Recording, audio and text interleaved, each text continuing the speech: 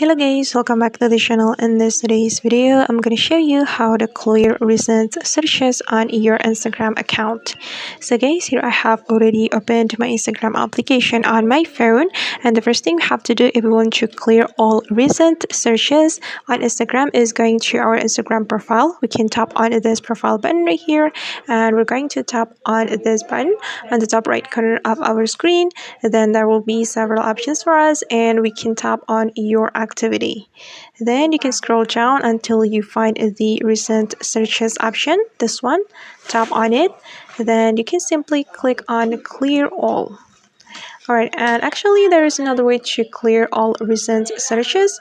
We just need to click on the search button on our Instagram, then tap on the search option right here. Then you're going to click on see all and click on clear all. Then you will get this question and tap on clear all option. Okay, and as you can see that now all recent searches have been deleted from our Instagram account. Alright guys, and that's how we can clear recent searches on Instagram. I hope this tutorial will be helpful for you. Thank you so much for watching, and see you in the next video.